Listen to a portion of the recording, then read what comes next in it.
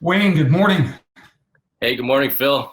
I'm happy to see you. I'm happy to see that you're healthy, you're staying safe, and as you know, in today's world, that's what it's all about right now.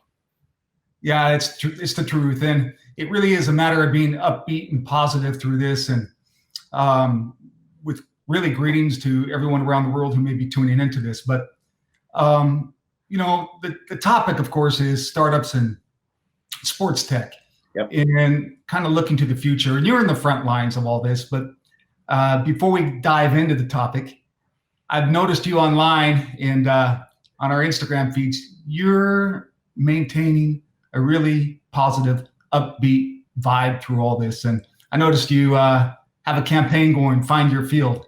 Tell us more.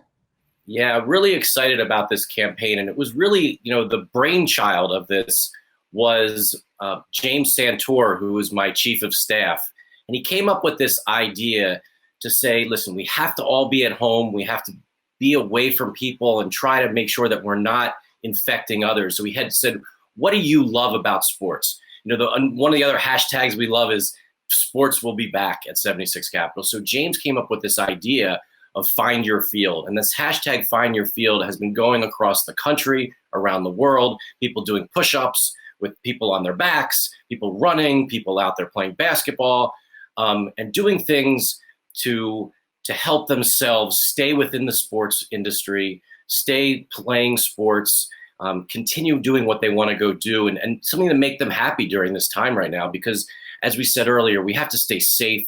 We have to make sure that everyone's healthy, and try to do whatever we can to make sure that we get through this as quickly as possible. And I notice you have not stopped your workouts either. You're staying fit still exercising. Well, you have to, right, Phil? I mean, at least for me and for a lot of my teammates at 76 Capital. I mean, look, one of my partners, John Powell, he's an former Ultraman, right? So he really sets the standard for all of us to make sure that we're working out and doing the right thing. In Wayne, some of your startups, what is the conversation like in the office? Because some of your portfolio is actually built to be remote. It's probably business as usual in a certain regard, other than preserving their health and people around them, but they're still working as normal. What is the conversation like amongst you not at the office, but working remote, and those that are usually in the office? Yeah, it's a bunch of video calls, every platform you can imagine, right? I mean, I think right now, one of the big things, again, is we want to make sure that everyone's staying healthy at all of our companies. It's the most important thing, that all their employees are staying safe. But the conversation's all about conserving cash, making sure we're doing the right things. But again, one of the big things that we're about at 76 Capital is the convergence of the physical and digital worlds. So all of our companies have a very strong digital component. And where this is the past, we may have said 50% digital, 50% in the real world. Now it's really shifting to the digital world. So as an example of that, our company Nerd Street Gamers, which has some incredible physical spaces to play video games in, to do things, to play esports, different types of titles in the esports industry. Those tournaments, which we had done in the real world, are now shifted 100% online. And what's amazing is how well those are already doing. We have to continue to work hard on all that, but that's something that we're focused on right now. Another one of our companies, Diamond Kinetics, they are doing something great as well. They have a campaign called Play at Home, and Diamond Kinetics puts sensors in baseballs, puts sensors in baseball bats. And you're able to use these sensors and use them to actually play at home. So you can throw the ball, you could do against a wall in your garage to your parent or your friend or your sibling. Hopefully not your friend, as long as you're 6 feet away. And then also swing the bat, right? And see how your swing's looking, and actually use our tutorial and our guide and all of our digital library to be able to get yourself better at the game. So let's touch on a couple areas, or three in particular. Let's start with, you alluded to it briefly there, esports. Sure. What can you tell us about esports today? Well, I think one of the big things is that gaming is really big. I mean, I think the gaming world has really just blossomed more than ever. I mean, and I think, during this unfortunate time right now, but and the opportunity to be able to, it's another way of allowing people to connect. And I think that's been a big part of what's happening is that it just allows friends to play friends competitively in games today, whether that's Madden or whether that's in Fortnite or Overwatch or League of Legends, and in those games, it's even more of an opportunity to play with friends, because Overwatch is a 6-on-6 game, League of Legends is a 5-on-5 game. So to be able to actually interact with others, that's something that's been really exciting to see, and I think that's also helping us stay sane during this time. You have a recent addition to your portfolio in sports betting. Tell us a little bit about that. You were also quoted recently in Business Insider a couple days ago. It was a sports betting article, which will be posted right there in the comments. Tell us a little bit about what you're hearing in regard to sports betting. Well, there's a couple things. I mean, unfortunately, most of the games have been canceled, with the exception of maybe some games in Russia or in Turkey. If you look on your app, your different apps out there, whether it's DraftKings, FanDuel, William Hill, any of those different books, you're starting to see things like that. William Hill just did something really interesting, and it was announced yesterday.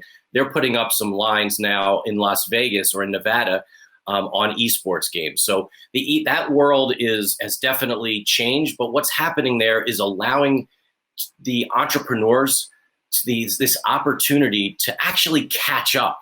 When you think about the sports betting industry, and Phil, you're one of the experts in this, and really, you've been around it so much in the last several years, is that what's happened now is that since May 14th of 2018 is when sports betting was being able to be legal, across the United States because of the overturn of the PASPA, which was the law that the Supreme Court deemed unconstitutional.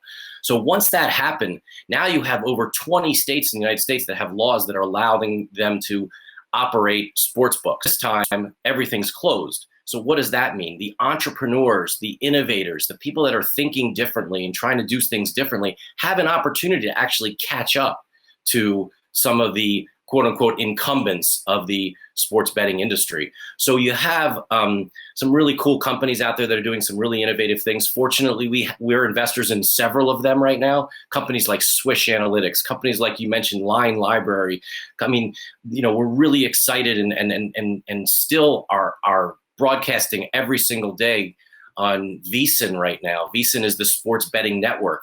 We're not talking specifically about the game of the day, but we're talking about the futures. So this morning on Mitch and Paulie, our Follow the Money show, which is being broadcast all across the country, not only on VSiN.com, it's on NESN, it's on MSG, we're on Marquee Network out of Chicago, we're on Sportsnet all across Canada, and on SiriusXM channel 204 and Fubo and Sling, and it's really amazing the distribution we've been able to get. And they were talking really about the futures. So what will the opportunities look like to bet on who will win the World Series, who will win the Eastern Division in Major League Baseball?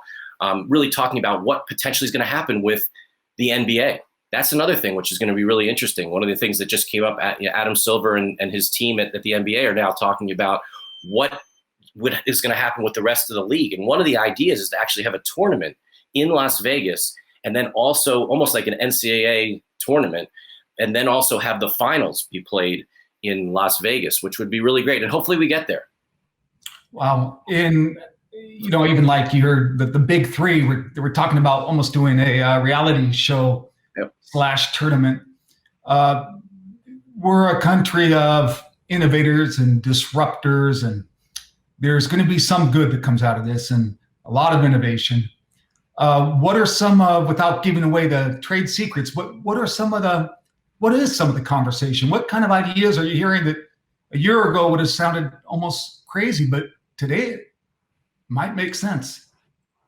Moving forward to the sports world and the sports tech world and the esports world and sports betting industries today, the opportunities for entrepreneurs is incredibly amazing.